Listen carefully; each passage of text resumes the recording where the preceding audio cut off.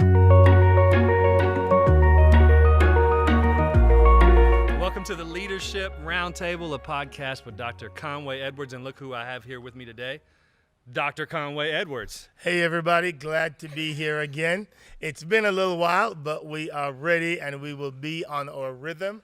Again, it was a little tough during that whole season, and I think we can see a little bit of daylight now. And we've been through some things, and we've learned some things. Sure have. So today, as you're even listening to the podcast right now, if you want to go to visit1cc.com/leadership roundtable, you can grab the notes where you can follow along what we're going to be talking about today, which is the top 10 things we've learned, the top 10 things that have worked during this COVID season at our church. My. How many, to get to this 10, how many others had to not work? Right. Probably 50. We probably tried 50 different things, and these are the ones that we think perhaps have been the most helpful for our people and the constituency and the members and our guests that we serve. Yeah, and I think a lot of what this has to do with is trying to figure out how to, when everything's been taken away from us that we're used to, how to still make personal connections, meaningful connections. And we're going to roll through this list and kind of just talk about what it's been like, how we came up with these ideas, and how you might want to implement some of these. Don't feel like you need to go work on all of these and copy what we're doing, but just figure out what'll work for you and then just jump in. So the first one that we're going to talk about is a relatively new one we have called Pastor Chat. Yeah, so first of all of these things that we're telling you have come after a lot of trial and error, have come from things we've learned from other churches, have come from things we have brainstormed in our innovation sessions in terms of just how to be most effective when everything has been turned upside down. So the first one is Pastor Chat. I think it's one of the greatest things we could have ever done.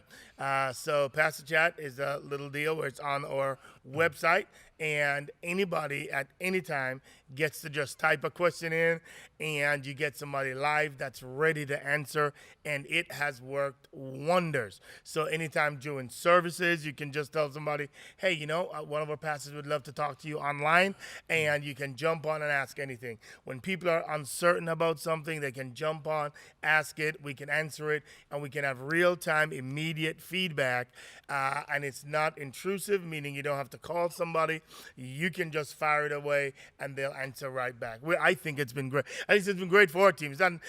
We've had a different pastor man it every single day, and it's been really, really helpful. Pastor Matt, your thoughts? That's right, and I don't know the specifics. I believe they call it a widget that you add to your webpage, and it's just something you add to your webpage, and it pops up, and we use one called Tidio, Tidio. There's a ton out there, and it's got an app on your phone. So the different pastors or leaders you have manning the chat have an app, and when somebody goes onto our webpage, clicks on, just like customer service at any other webpage, clicks on Pastor Chat, they type in a question, and it notifies us on our phone, sends us a notification, and then we can chat live right there from our phone. And we've had questions from anywhere to when's the church open back up, to how can I give, to I need prayer, to I need counseling, you name it, or something's some crazy not working. ones. Yep.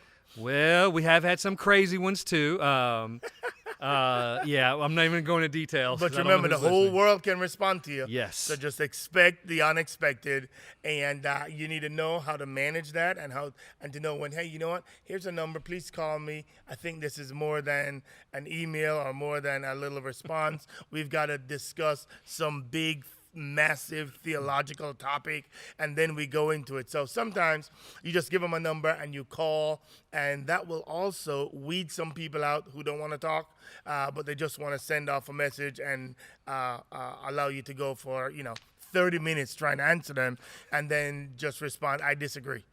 So what we do sometimes is we give them a phone number, and you can call back, and we can have a real-time conversation. And what's really cool is they can't believe we've told our church that it's pastors on the chat. They can't believe, because we have little avatars of our picture of ourselves. That's and right. They'll hop on there. They say, is this really Pastor so-and-so? I was on there, I woke up, and somebody had got on there early. And is this really Pastor Matt? yes, this is me. What's your question? How can I help you? And I can't really believe it's you. It's just, and really what that's saying is in a world today where we've gotten so digitized, people are not used to a personal connection. Yeah. And let alone with leaders from their church. So you have the chance to really personally reach out and be there for your people. So. And there's also a principle that's undergirding this whole pastor chat. Actually, the first two that we're going to talk about, there's a shift that we've made to be extraordinarily pastoral and to move away from the platform feel and to move toward pastoral feel, which means that what we're trying to pull off is we're trying to make sure people know that we care, that we're reachable, that you can call us anytime, you can interact with us anytime, and we want to be present for people as they go through uncertainty. We want to provide clarity as they go through difficult times. We want to be there to comfort, to pray, and to do whatever kind of healing we can do to help them in this whole deal. But I think it's an extraordinarily advantageous and effective tool that we have used to really keep close contact with our people in our church. So I think that's a massive win. Absolutely. I would jump into number 2, and I would say number 2 is something that we said we're going to do this the first 2 weeks of COVID. We're going to do this because we sense the need for prayer is going to last 2 weeks, and here we are 6 months later, and we're still doing it. And what we've done is we have a live morning prayer every morning, Monday through Friday, 6:45 a.m., and different pastors, worship leaders from our team are on there. So number 2 for us is a live morning prayer event. For us, the morning has been good. And I really think what you've got to focus on is not on overly producing it, but just getting a good product out there that people know is live and that they can connect with. Yeah, what you need for this one more than anything is consistency. If you're just there every morning, 6:45, and you're present for 30 minutes, and they know they can log on while they're getting ready for work, they can log on while they're getting the kids ready, there's a little bit of worship, there's a little bit of a talk, and then the rest of it's just prayer.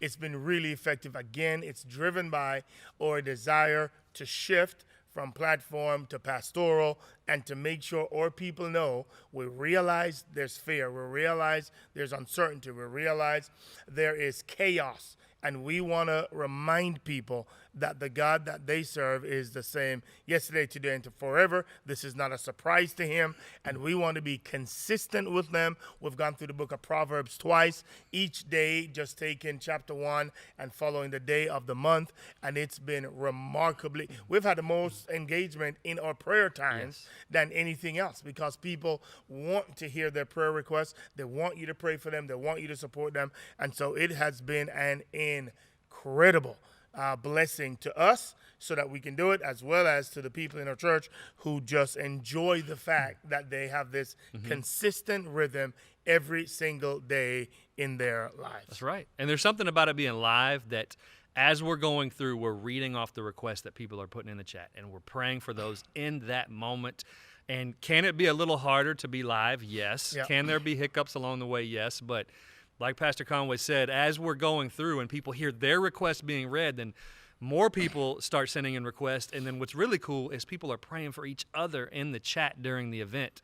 So it's really cool. just been an engaging, great thing. And next one I want to talk about is in the same vein of this shift from platform to pastoral, is this idea that every member, we sent a gift to every child, and we send a gift to every member of our church. If you're a part of our church, you got a gift that was mailed to your house. And I got this one from a dear friend of mine who was talking to somebody from Chick-fil-A, and the argument there was, how do we, in a world of screens, of views, how do you distinguish yourself and make sure they know that they're special, they're unique, they're not just a number?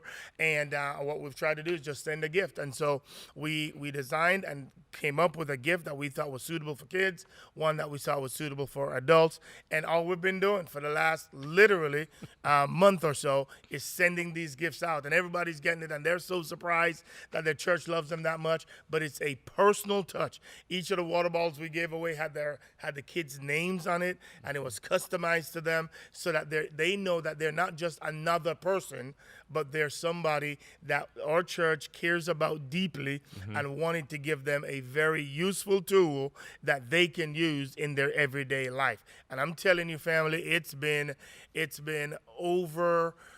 joyed. Every person that has received it has been thrilled, delighted, and cannot believe that their church cares about them that much. To give them a surprise gift, nobody was expecting it. We just thought we should bless them with it. And Pastor Matt, I think that's been one of the gold mines for us. It's been a home run, just even to see my daughter get her water bottle that I knew was coming, but with her name on it. And it's not a cheap water bottle either. That's right. It's That's a right. nice, I'm talking the aluminum-looking water bottle with their name, the logo, everything. It's been cool just to see kids light up and in a special note with their name on it inside telling them how much we miss them. Absolutely. By name and how much we can't wait to see them again soon. That's been a winner, for real. The fourth one. Let's go to the fourth one is care calls. We have sought, again, to make a call to every person in our database. And we've simply said to them, hey, we want to know how you're doing. We want to pray for you. We want to here to support you. Is there anything we can do to alleviate the stress and the tensions in your world? And we've done that twice over this time, as well as asking our community group leaders to do the same thing. But it's been nothing short of remarkable every single time we've done it, because we're hearing from people. We're hearing them say, I can't believe you called me. We're hearing them share their requests. We're hearing them saying, man, you called at the perfect time. Thank you so much for caring about us and wanting to know how we're doing and what's going on in our worlds. That's been another home run, Pastor Matt. And the word has spread, because some people, when we call, they say, well, I was waiting on my call. So-and-so got a call. I was waiting on mine. And the word has spread that we're calling, we're checking in, no agenda, but just to pray, see how you're doing. And that's something easy. It really is easy. It just takes time. It's simple. Just divide it up with your staff, your team, and just go through, have a rhythm. Or your key volunteers. You don't have a staff yet. It's you and a couple volunteers. Just divide that up and just go at it. It might take 2 to 3 weeks. It doesn't matter. Just go one at a time and make sure you're praying for the people. We'll also give you some good insight as to where your people are, so you can learn how and what they need to hear. Perhaps it impacts your sermons and what you want to teach to the body during that season. But I think it's really, really helpful to hear and to get the heartbeat of your church. That's so good. I would say number 5 for us is going to be the fact that what we typically did before was we had a membership class every month, and we kept that going every month online. And what we were trying to intentionally do is say, hey, we don't want you to just consume. We want to be co-laborers together, and even while you're at home, you can join and become a partner with us at our church. Or we've done baptism classes online, and we've had people from all across the country, from this area, think through how they can be involved, how they can attend our membership class, and then we can get them plugged in. There's digital ways to serve. There's digital groups that they can get into, and really it gives everyone a chance to say, you know what, I can be a part of something bigger than myself, even when I can't be there in person. No, that's really good, and it's good because Matt just shared with you the second principle that drives a lot of the stuff we do. We're trying to make the shift from a consumer-driven culture to a contributor, or somebody who's a co-laborer with us.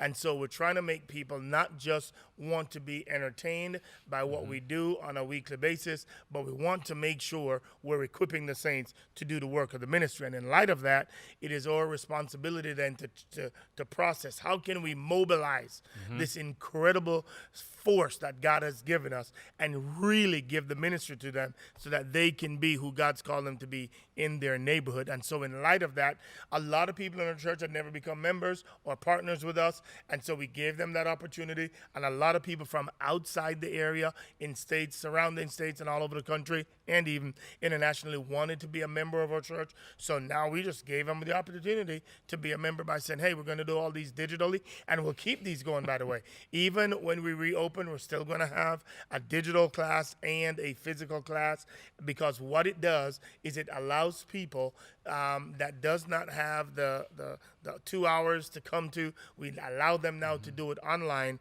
and we can go from there. It's a beautiful thing. It really, really is. We're capturing people who've been here for a while and just never had time or made it a priority to do it. And then we're also capturing people from all over. And when we're putting our our service is online and we're inviting the world to watch, the question becomes is, do you have a plan? If you're inviting people to watch, do you have a plan if they want to connect? That's and it. What does membership look like? What does baptism look like? What does salvation look like for those watching virtually? And you get to assess that and figure that out. And one of the cool things is we got to meet one of our members from Georgia that we didn't even know. We had an outreach event, and a volunteer said, hey, I'm in town from Georgia. I joined a couple months ago. You were teaching the class, and I just wanted to say hello. And I was in town, and I just wanted to jump in and volunteer. And it was just crazy to see how that worked from Dallas all the way to Georgia, making that connection. So that was number 5. That's number 5 or 6? Okay, 5. Number 6. Here's number 6. This one we kind of stumbled into, but I'm telling you, it's gold. And it is what we call team building. So this is fascinating because as everybody did their own thing and everybody was working from home, our inner circle team, about 10 people, we never stopped meeting. We met in person and we said, okay, this is the crew. We all know each other. We're like family. Hold on. Did you say never stopped meeting? Well, yeah, I did say that. I'm just checking. I thought so. I thought that's what you said. Actually, just clarifying. Not just never stopped meeting. We met more than we've ever met before because it was like a family. We came together in the same area and we just hung out every single day, 5 days a week. And we just became even closer than we ever have been before. Actually, it actually helped us because it pruned our team, and there are some people that shouldn't have been on the team, and we graciously parted ways, and then we brought some other people on that were just superstars in this season, and we brought them into our team.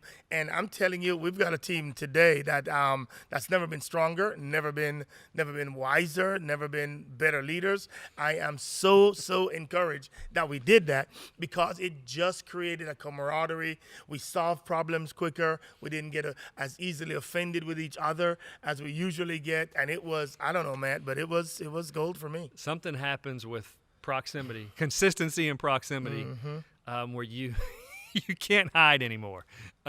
When you're there, when you're in proximity, it changes everything. And number 7 is community events and giving back in our community. Oh, come on. This has been incredible.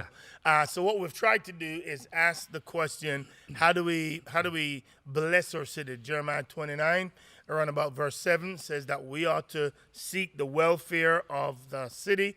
And so we started having discussions about how could we bless our city? What can we do to make sure the city knows that we are not just here to take from them, but we're here to be a blessing to them. So we've done a number of things. We did a big food drive, and so we advertised in our community anybody that was hurting, that wanted food. We served 2,000 people that came and got 100 pounds of food. We partnered with one of the local nonprofits, and we served it was crazy the amount of people that came. And what was fascinating to me, Pastor Matt, is you had some people with very nice cars coming that you think that didn't have any needs, and all of a sudden you'd be like, whoa, you drive this kind of car and you have this kind of need. It was beautiful to watch everybody get served on that day. What were your thoughts about that? It was huge to see tons of volunteers coming together, ready to give back. It's Texas. It's summer. Everybody's hot. It's sweating. Cars lined up at 6 a.m. for an event that started at 10 a.m. And our whole parking lot was full. It was just amazing to see that much food get distributed that quickly, and people pulling out of our parking lot with smiles on their faces. I mean, hundreds and hundreds and hundreds of people. It was incredible, y'all. Now, if you've got a smaller church and you can't do it at that scale, just do what you can do. Maybe you just choose one community, and maybe you just start passing flyers out and just saying, hey, you know what? We have some food. Get people in your church to give canned goods, and then just begin the process of finding ways to serve your community and making that kind of a statement. I'm just telling you, it was incredible for us. So it's been great. So, all right, let's go. That was number 7. Number 8 is this one's huge, because if you're at a church or a nonprofit, you've been trying to figure out, how do I reorganize? How do I give everybody meaning?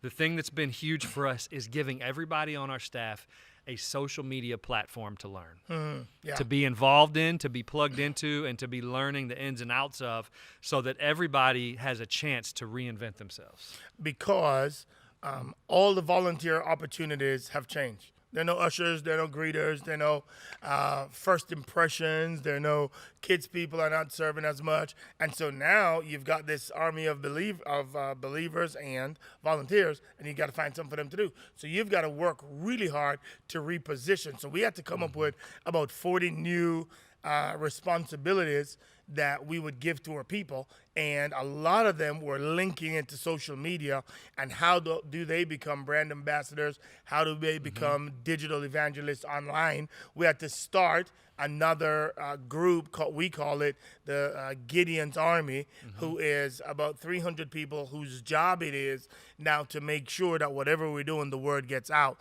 But you've got to process, how do you reposition people to significant ministerial roles as you rebrand, reorg, and reorganize yourself for the future. So I think that's a massive deal. And so whether it's the YouTube channel, whether it's your Facebook channel, whether you have some other form of channels, you want to make sure you've got volunteers on each of those answering questions all day long, not just on the weekends, but all week long, and managing each of those.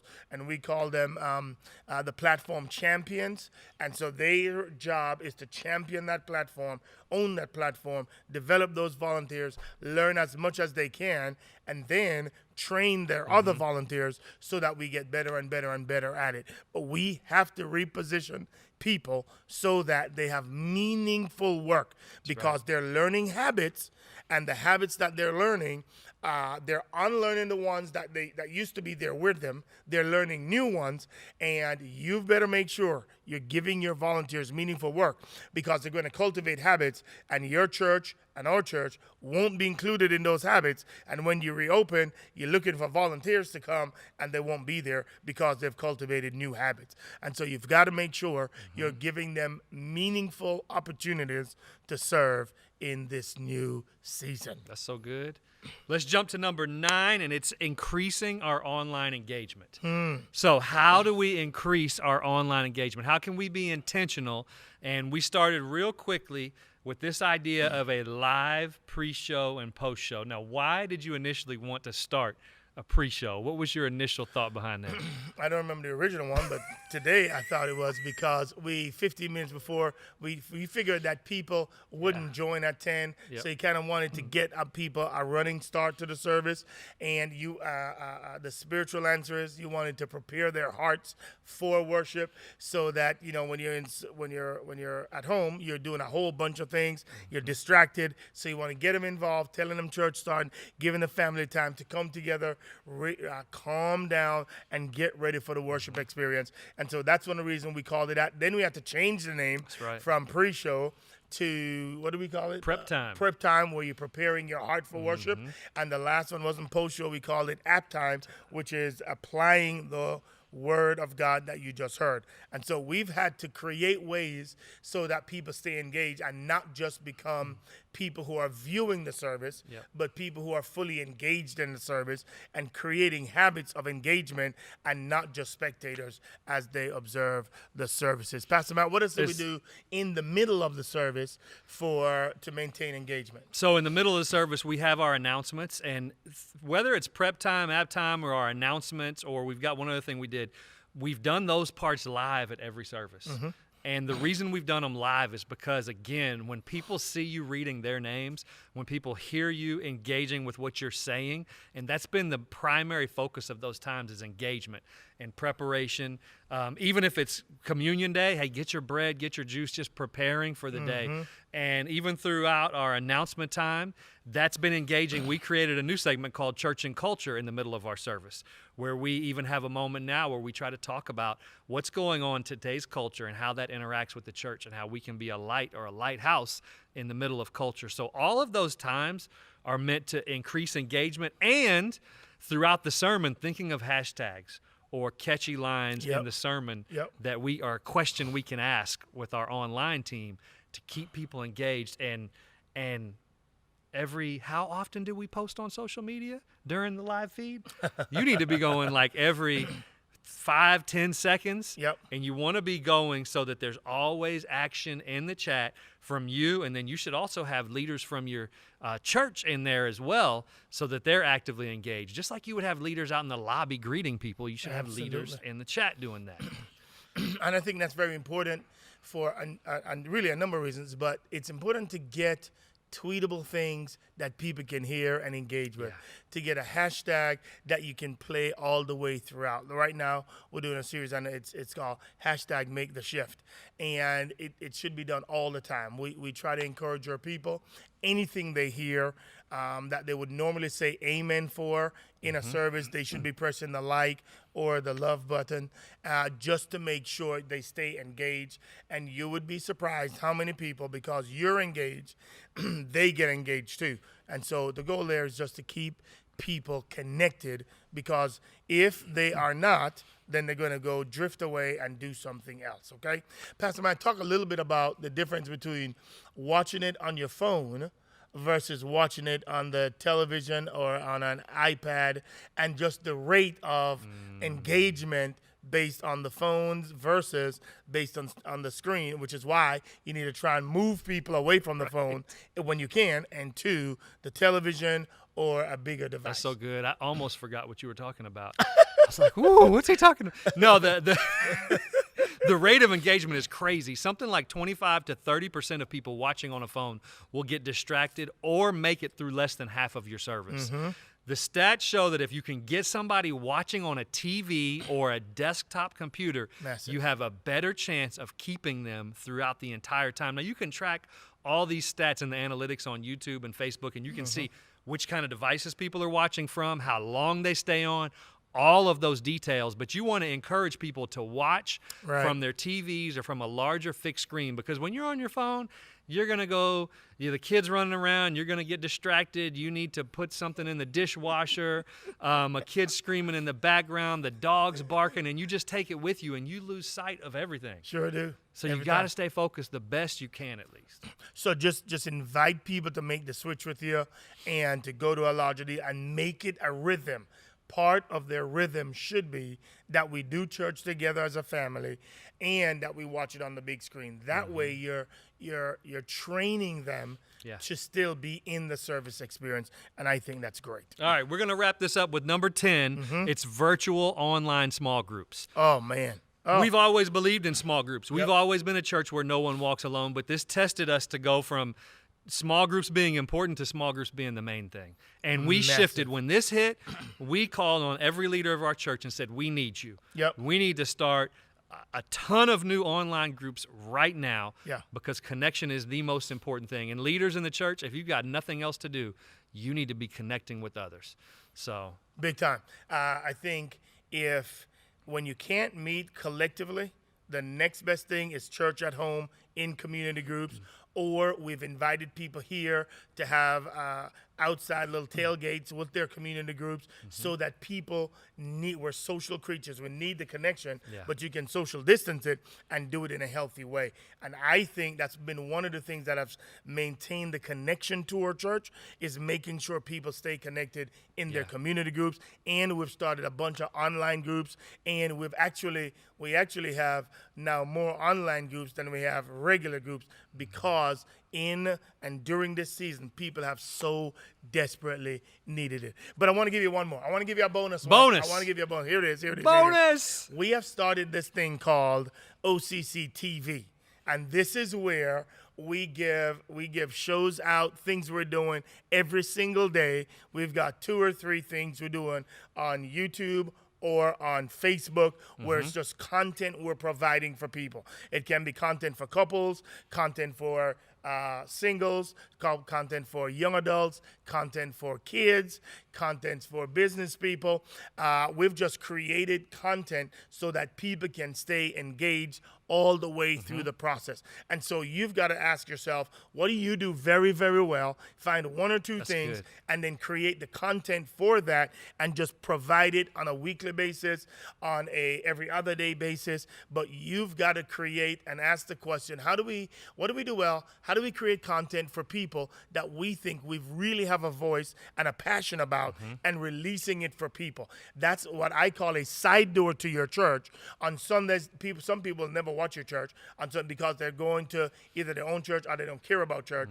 But then when you do all this other content where you're providing it for people, you're trying to support people, you're trying to love people, you're trying to help them through this difficult time, then you get a side door so that you can be a blessing to people as well. Your assignment then is to figure out, what do you do best, and how can we be a blessing to people? That make sense? I love it. Figure out what is your sweet spot, and how do I turn that into something digital that can help people. So we want to thank you again. If you go to our webpage, visit 1cc.com/leadership roundtable, you'll see this list where you can follow along. And like we said in the beginning, figure out what works for you and implement those. And just remember also that for these 10 or 11 that we shared, there's probably 50 that didn't work. Absolutely. So you've got to keep trying. You've got to press through and figure out what works best for you. We want to thank you for listening in today. It's been a great time connecting with you. And if this has been helpful for you, it'd be an honor for us if you'd go out there and rate us on iTunes or wherever you listen in, or if you'd also share this with somebody who you think it would be helpful for. Thank you again. Appreciate it. Thanks, you guys. We'll see you next time.